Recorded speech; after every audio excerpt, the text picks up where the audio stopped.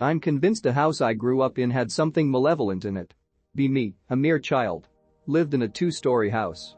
Saw a pair of all black hands gripping the wall of the staircase like something was about to peek out. There was a room under the stairs we, the kids, were not under any circumstances allowed to go into. Saw the room once when my mother opened it to go into it for some reason. It was badly damaged, the floor was partially missing, and everything was in black and white. Later on, was very interested in the room. Snuck back because I'm a rebel without a cause, and the cost of discovery is hazard. Look into the room. Still completely black and white. Only light coming in was from the afternoon sun shining through the dirty windows. Notice something on the ground that wasn't there before. A baseball that even back then looked pretty old and had scratches on it. Ran in and took it and ran back out. Pick related was the baseball, don't know why I kept it, but it always felt wrong to throw it out. Asked my father about the room later, and he didn't remember the room at all at first, then suddenly brushed it off saying there was a fire in that room before we moved into the house. My sister woke me up one night to show me something. She was acting a bit weird, but I trusted her so I followed her. She brought me into the laundry room. There was a door there that was never there before.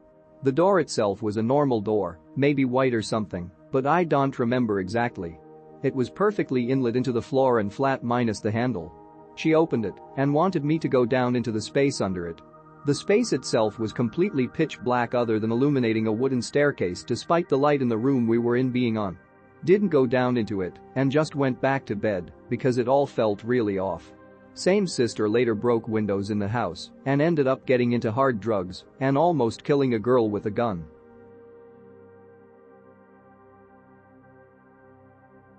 I figure X will appreciate this more than B, even though it's not strictly paranormal. Be me. Have imaginary girlfriend. Create an entire fantasy world around her, shit's lit to daydream in. We can do anything I want in there, go for lovely walks, travel to magical places, stay in the most resplendent hotels. I'm basically God there. She doesn't agree, though. From her perspective, I'm the imaginary person. Honoriverse.web. One evening, start lightly shittisting each other. I can prove I created her, just not sure if I want to, might fuck up our relationship. Finally cave to the teasing and predict something, that dragon is gonna come over here and ask if everything's okay, and of course, it does. She's not impressed. Thinks it was just ordinary prediction magic, as opposed to divine intervention. Fine, you try. Sister's name is going to ask you not to make the pizzas. Imaginary GF knows my sister, of course, she knows everyone in our world, because she thinks she's our god. Sis explicitly asked for pizzas tomorrow, there's practically no way she'll go back on it, everyone loves my pizzas. Chuckle and settle down to sleep. Fast forward to today. Digesting a delicious pizza. Remember last night? Aha. See, then it hits me.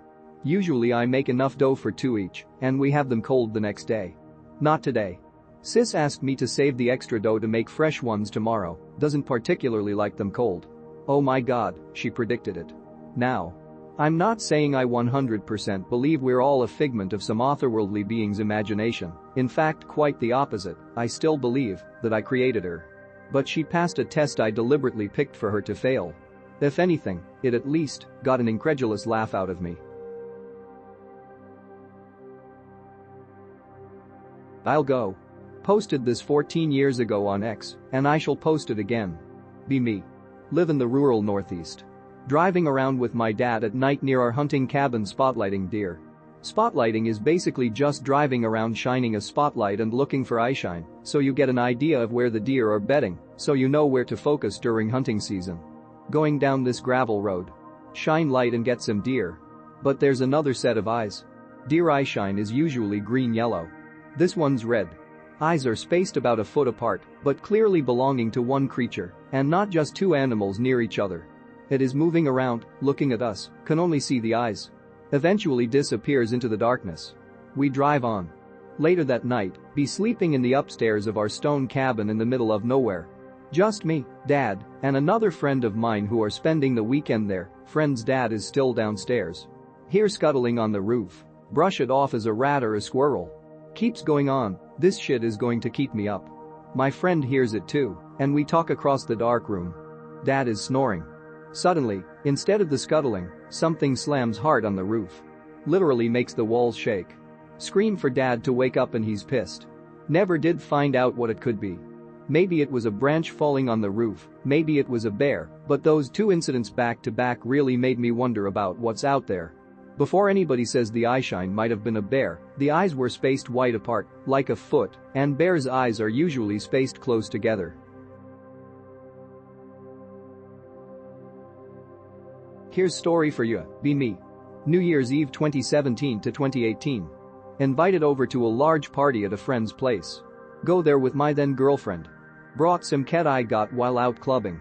Wasn't really into ket myself, but my GF liked it. I lay out some lines. We do it. Wait a while, nothing happens. Stuff the guy gave us was bunk, /disappointed.jpg. Go over to another party we were invited to. These friends were more into drugs as a whole, and there just so happened to be a guy with some super strong ketamine at this party. He offers us some, and because we were disappointed from our own bunked ket, we say yes. He lays out fucking ginormous lines as broad as my funking pinky finger. We rail the lines. Shagithasistweed.jpg. What followed was an at least 3-hour-long experience of being incredibly nauseous, moving through the cramped apartment full of people, sitting on the floor sometimes, being the bathroom trying to puke, but not being able to. Weirdest thing was seeing multiple scenes of the party at same time. My vision was split up into 4 screens, all depicting different scenes, like in those old console multiplayer videos. Cool.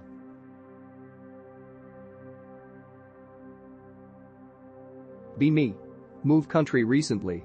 The morning I was settling. My yearbook drops out of my boxes when unpacking. I kind of glance over it. I sit and just flick through the pages. One person stands out for me.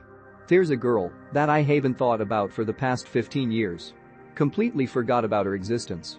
For some reason, while looking in my yearbook, this girl stands out to me. I have a few small memories with her, just her in my class. Nothing special or romantic. She stays on my mind for about an hour or two. I will say that nobody else really stood out to me for whatever reason, even my closer friends didn't stand out to me, just this one girl. She's not very attractive, but she was just a kind heart good girl type. I settle in my new home in a new city in a new country. Just 3 days into my new journey of life, I am exploring my city, I kid you not. I see the girl while I'm doing groceries. I call her name and recognize her straight away, and she responds, straight away. We catch up for a bit. What is the meaning behind this? I always get this sort of thing with when someone pops in my mind, then ring, who is phone, many such cases. But this sort of happening is really hard to ignore. What happens to the universe creator when this happens? Is it just a prank? Very confusing.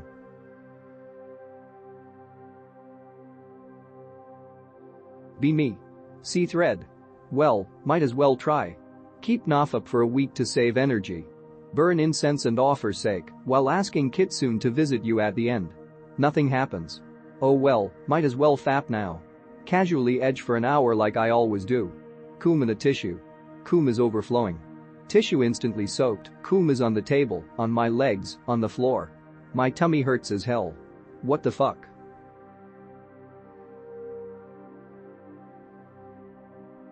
Be me. Be op. Take a massive dose of ketamine. Put my closed hand in my brother's face really fast. Can see a vision of myself punching him. Woju.jpg, but I don't remember it lmao. It's not an hallucination. Lel spoken like a man that knows nothing. Be me. Go through it. Watch Depp go through it. Watch Will Smith go through it. Get sick of mentioning all those who have crazy queens and how it's just better to stab that bitch and leave. Depp would if he could get away with it. You never met aggression, laced on and making you submissive over time. You get so fucking tired, man. Depp has support because people see. You do not. Fuck off.